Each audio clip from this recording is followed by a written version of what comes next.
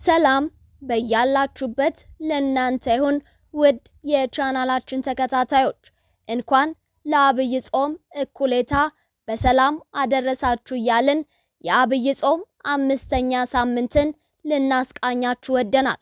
ቻናሉን ሰብስክራይብ ያላደረጋችሁ ተከታታዮች የደውል ምልክቷን በመጫን ቤተሰብ እንድትሆኑ እየጋበዝን የደብረ ዘይት ሳምንት አስተምሮን እነሆ። ደብረ ዘይት የአብይ ጾም 5ኛ ሳምንት ነው። ደብረ ዘይት ማለት ትርጉሙ ደብር ማለት ተራራ ሲሆን ዘይት ደግሞ የወይራ ዛፍ ያለበት ማለት ነው። ይህም የዘይት ዛፍ ያለበት ተራራ የሚል ትርጉም ይሰጣል። ስያሜው የተወሰደው ከማቴዎስ ወንጌል ምዕራፍ 24 ከቁጥር 3 ካለው ትምህርት ላይ ነው። ደብረ ዘይት ከኢየሩሳሌም በስተምስራቅ አቅጣጫ የሚገኝ በወይራ ዛፎች የተከበበ ትልቅ ተራራ ሲሆን ይህንንም ጌታችን በዚያ ተራራ ላይ ለዳግም ፍርድ እንደሚመጣ ያስተማረበት ቦታ ነው። ጌታችን በምድር በነበረበት ጊዜ በተለያዩ ቦታዎች ምስጢሩን ገልጿል። መንግስቱን በደብረ ታቦር፣ ምስጢረ ቁርባንን በቤተ አልዓዛር፣ ምስጢረ ትንሣኤ ሙታንን በቤተ ኢያሪዎስ፣ ምስጢረ ምጽአቱን ደግሞ በደብረ ዘይት ገልጿል። ደብረ ዘይት ጌታችን በመዋዕለ ስብከቱ ለማደሪያነት ተጠቅሞበታል። ቅዱሳን ሐዋርያት የዓለሙ ፍጻሜ ምልክት ምንድነው ብለው በጠየቁት ጊዜ ስለማይቀረው የዓለም ፍጻሜና አስቀድሞ ስለሚፈጸሙ ምልክቶች እንዲሁም ስለ ፍርድ ያስተማረበት በመሆኑ ሳምንቱ በደብረ ዘይት ተሰይሟል። በዚህ ሳምንት የሚነበበው የወንጌል ክፍል ማቴዎስ ወንጌል ምዕራፍ 24 ከቁጥር 1 እስከ 36 ነው።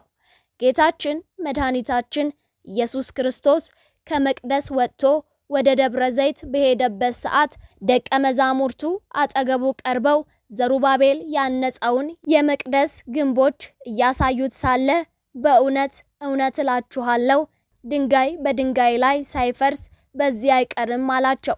ከዛም በኋላ የኢየሩሳሌም መፍረስ የእርሱንም ዳግም መምጣት አስፍቶ አምልቶ ከነ ምልክቱ አስተምሯቸዋል። የዓለም መጨረሻ የኢየሱስ ክርስቶስ መምጫ ምልክቶችም እንዲህ ተቀምጠዋል። ብዙዎች እኔ ክርስቶስ ነኝ እያሉ በክርስቶስ ስም ብዙዎችን ያስታሉ። የማቴዎስ ወንጌል ምዕራፍ 24 ከቁጥር 4 እስከ 5። ሌላኛው ደግሞ የጦርነት ወሬ የዓለምን የዜና ጊዜ ያጣብባል። በዓለም ዙሪያ ሰፊ ጦርነት ያደርጋሉ። የጦርነትን ወሬ ፍጥረት ሁሉ ይሰማ ዘንድ ግድ ነው። ክርስቲያኖች ግን በዚያ ጊዜ የክርስቶስን መምጣት ሊጠብቁ እንጂ ሊደናገጡ አይገባም። የማቴዎስ ወንጌል ምዕራፍ 24 ከቁጥር 6።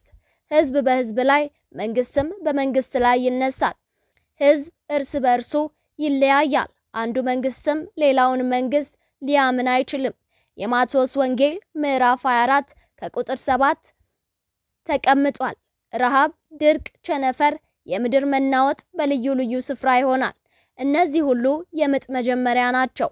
ማቴዎስ ወንጌል 24 ቁጥር 8 ላይ በዚያ ጊዜ በክርስቶስ የሚያምኑ ሰዎች ለመከራ አልፈው ይሰጣሉ፣ ይገደላሉ። ስለ ስሙም በአሕዛብ ሁሉ የተጠሉ ይሆናሉ። የማቴዎስ ወንጌል ምዕራፍ 24 ከቁጥር 9። ብዙዎችም ሐሰተኛ ነቢያቶች መምህራን ይነሳሉ፣ ብዙዎችንም ያስታሉ። አመጽ ይበዛል፣ የብዙዎች ፍቅር ይቀዘቅዛል። በዚያ ጊዜ እስከ መጨረሻ የጸና ትዕግስትንም ያዘወተረ ብቻ ይድናል።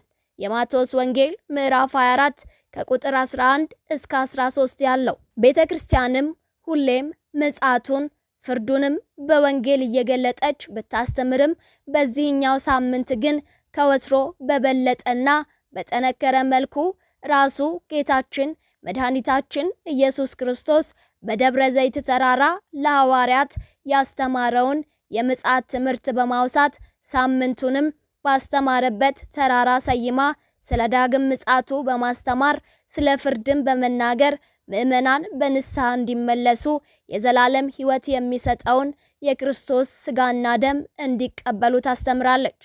አምላካችን በግርማ መንግስቱ ለፍርድ በመጣ ጊዜ መልካም ለሰሩ ክብርን ክፉም ላደረጉ ቅጣቱን የሚያስተላልፍ መሆኑን የሚነገርበት ስለ ዓለም መጨረሻና ስለሚመጣው ሕይወት የምንማርበት የክርስቶስ ዳግም ምጽአት ማስጠንቀቂያ ዕለት በሰፊው ይነገራል። መድኃኒታችን ኢየሱስ ክርስቶስ ስለሚሆነው ሁሉ በግልጽ አስተምሯልና እኛም ስለ ኃጢአታችን ስርየት፣ ስለ ሀገራችን ሰላም፣ ስለ ሰማይ ጠል፣ ስለ ምድርን በረከት ሁሉ፣ ስለሚራቡትና ስለሚጠሙት፣ ስለተሰደዱትና በጭንቅ ስላሉ ሁሉ፣ በደዌ ዳኛ በአልጋ ቁራኛ ስለተያዙ ወደ እግዚአብሔር መጸለይ፣ ምሕረትንም መለመን ያስፈልጋል። በዳግም ምጽአቱ በቀኙ እንዲያቆመን የእርሱ ፍቃድ ይሁን እያልን ለዛሬ ያዝነውን አበቃን። ዳግም በሌላኛው ሳምንት አስተምሮና ስያሜ እስክንገናኝ በያላችሁበት ቸር ቆዩልን።